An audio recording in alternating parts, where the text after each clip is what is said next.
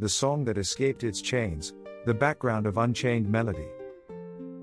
It was born in a forgotten film, but Unchained Melody became one of the most beloved and enduring ballads of all time. From dim prison cells to soaring radio waves, from obscure beginnings to unforgettable movie moments, the song has traveled a path as dramatic as its melody. Few works of music speak so directly to the heart, and fewer still have managed to remain so fresh across so many generations.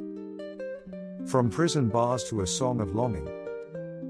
In 1955, a modest Hollywood drama titled Unchained told the story of a prisoner torn between breaking free or serving his time to return to his family. For its soundtrack, composer Alex North revived a melody he had first written in the 1930s. He asked lyricist Henry Zarrett to supply words, though Zarrett initially refused. When he finally agreed, he rejected the producer's request to include the word unchained, and instead wrote of a lover aching through a long, lonely time. The irony is striking. The song became known as Unchained Melody, though the title word never appears in the lyrics. In the film, baritone Todd Duncan, playing a prisoner named Tony, sang a shortened version while another inmate accompanied him on guitar. Surrounded by fellow prisoners, his voice carried the raw weight of longing and confinement. The performance was so moving it earned the song an Academy Award nomination in 1956. Though the prize went to Love Is a Many Splendid Thing. Musically, the piece was unusual.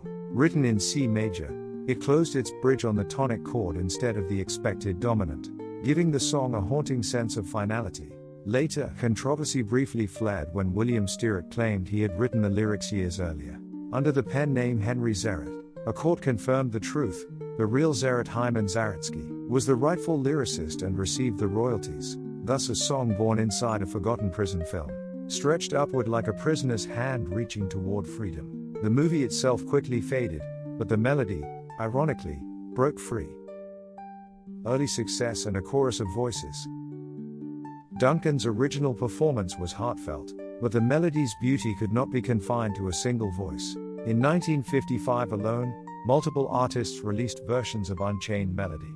Al Hibbler's recording climbed high on the charts, while Leigh Baxter's lush orchestral version reached #1 in the United States. Remarkably, several renditions of the same song competed on the charts at once, creating a wave of overlapping popularity. The unusual surge made one thing clear: this was no ordinary tune. Its universality demanded to be sung again and again, each new voice uncovering another shade of emotion. The Righteous Brothers and a defining voice. A decade later, the song found its most iconic home. In 1965, Bobby Hatfield of the Righteous Brothers recorded Unchained Melody with producer Phil Spector. Instead of the steady croon of earlier versions, Hatfield poured every ounce of longing into his performance. His soaring tenor climbed higher and higher, until it seemed it might break under the weight of emotion. The orchestration behind him carried Spector's signature wall of sound, a technique where layers of instruments merged into one sweeping, powerful background. The effect was like a tidal wave supporting Hatfield's voice, sometimes gentle, sometimes overwhelming, always dramatic. Listeners were stunned by the intensity, one moment as soft as a whisper, the next as fierce as a cry to the heavens. With this version, the song finally reached its destiny. It was no longer just a melody of longing, but a cry of the human soul. Love, Play, and the 1990s revival. Then came the summer of 1990. The romantic film Ghost premiered, starring Patrick Swayze and Demi Moore. In one unforgettable scene, the two characters shape clay together. At a potter's wheel, their hands move slowly, gently, coated in wet clay, as the camera circles them in dim light.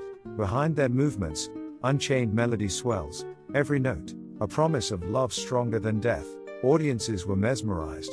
The pottery wheel scene became one of the most famous romantic moments in cinema, and the song was reborn. Re-released as a single, the Righteous Brothers' rendition climbed the charts again, nearly 25 years after its first success. For a new generation, the ballad was no longer an old standard, it was the soundtrack of eternal love. Covered and recovered. Since then, Unchained Melody has never left the cultural stage. Elvis Presley performed it in his later years, his trembling voice turning the song into a sacred prayer. Modern singers from LeAnn Rimes to Susan Boyle have offered their own interpretations. By now, More than 1,500 recorded versions exist in dozens of languages. Each one proves the same truth: this melody is unchained, forever slipping into new voices, new hearts, new eras. Every singer seems to find something personal in it. Some emphasize the yearning, others the sweetness, still others the grief. Yet all return to the same haunting refrain, a cry that refuses to fade. Why the song refuses to die? What makes Unchained Melody eternal? Part of the answer lies in its lyrics: simple, aching, direct. They capture the universal experience of longing for someone you love, whether separated by miles, by walls, or by time itself. Another part lies in the music, the way the melody rises and falls like a tide, carrying the listener up, then setting them down with aching gentleness. But perhaps the deepest reason is this: the song tells the truth. Every human being knows the distance of love through absence, loss, or yearning. In that truth, the song becomes more than music. It becomes a shared memory, a bridge between hearts. A melody forever unchained. From the shadowed bars of a forgotten prison film to the clay-smeared hands of Ghost, from jukeboxes of the 1950s to streaming playlists today, Unchained Melody has proven its power again and again. Its journey is almost poetic, created for a story of confinement, yet destined to roam the world, free of time and place. When we hear it now, we are not just listening to a song, we are touching a legacy of love, longing, and loss that refuses to fade. Like the lovers it sings of, the melody itself remains unchained, forever echoing, forever alive. It's time to study new words in context. 1. Rendition. Definition: a rendition is a particular performance or interpretation of a piece of art, music, or literature. It emphasizes how someone presents or expresses the work, which may differ from the original. Example: the pianist's rendition of the old hymn brought the audience to tears. 2. Universality. Definition: universality refers to the quality of being true, relevant, or applicable to all people or situations, regardless of culture, time, or place. Example: the universality of love and kindness makes these values respected across every culture. 3. Croon. Definition: to croon means to sing or hum in a soft, low, and gentle voice, often in a way that is soothing or affectionate. Example: the mother crooned a lullaby to help her baby fall asleep. 4. Mesmerized. Definition: mesmerized means being so fascinated or absorbed by something that you cannot look away or think of anything else. Example: the children were mesmerized by the magician's tricks. 5. Yearning. Definition: yearning is a deep and strong feeling of longing or desire for something, often something distant, lost, or hard to reach. Example: he felt a yearning to return to his hometown and relive his childhood memories. Comprehension questions. 1. What film was Unchained Melody originally written for, and in what year? Answer: it was written for the 1955 prison film Unchained. 2. Who sang the first version of the song in the film? And what was his character's name? Answer: Todd Duncan sang it, playing a prisoner named Tony. 3. Who were the composer and lyricist of Unchained Melody? Answer: the composer was Alex North, and the lyricist was Hy Zerrett. 4. Why is it considered ironic that the song became famous? Answer: because the film Unchained was quickly forgotten, yet the song broke free from its origins and became world famous, living up to its title. 5.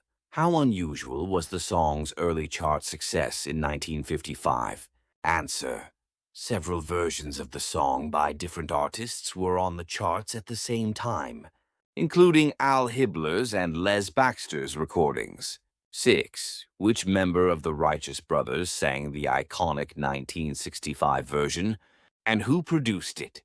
Answer: Bobby Hatfield sang it, and it was produced by Phil Spector. 7. What was unique about Phil Spector's production style, and how did it affect the song?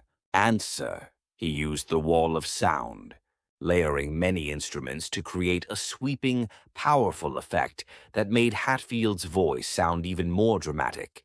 8. How did Unchained Melody gain a second wave of popularity in 1990? Answer: it was featured in the film Ghost, during the famous pottery wheel scene, leading to a re-release of the Righteous Brothers version, which became a hit again. 9. Describe the pottery wheel scene in Ghost. Why did it make the song so memorable for audiences? Answer: Patrick Swayze and Demi Moore's characters shape clay together in dim light, their hands covered in clay as the camera moves around them, while the song swells in the background. The intimacy of the scene made the song unforgettable. 10. Approximately how many recorded versions of Unchained Melody exist today, and in how many languages? Answer: over 1,500 recorded versions exist in dozens of languages. 11. What reasons are given in the article for why Unchained Melody has endured across generations? Answer: its simple and direct lyrics about longing, its sweeping, tide-like melody, and its emotional truth about love and distance make it timeless and relatable. 12. The article calls the song's journey almost poetic. What does this mean in context?